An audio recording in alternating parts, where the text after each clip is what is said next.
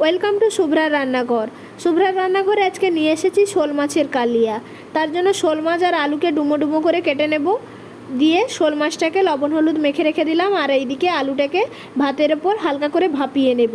ভাপানো হয়ে গেলে ওই মাছের ওপর আলুগুলো দিয়ে দিলাম।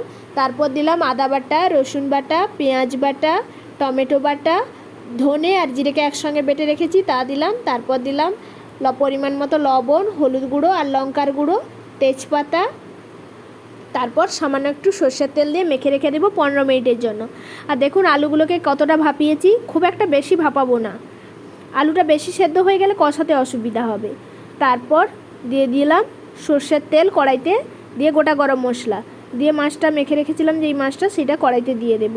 এবার আঁচটা কমিয়ে মাছটাকে ভালো করে কষিয়ে নিতে হবে, যেমন মাংস কষাই ঠিক সেইভাবেই।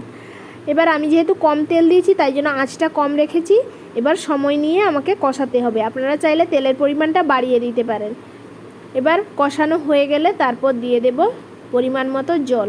জলটা খুব একটা বেশি দেব না, এটা গা মাখা মাখা হবে, তবেই বেশি খেতে ভালো লাগবে। দিয়ে ফুটিয়ে নেব। তারপর ফুটে গেলে গরম মশলা কিংবা জিরে গুঁড়ো দিয়ে নামিয়ে নিলেই রেডি আমাদের শোলের কালিয়া। অসংখ্য ধন্যবাদ ভিডিওটা ধৈর্য সহকারে এত সময় দেখার জন্য।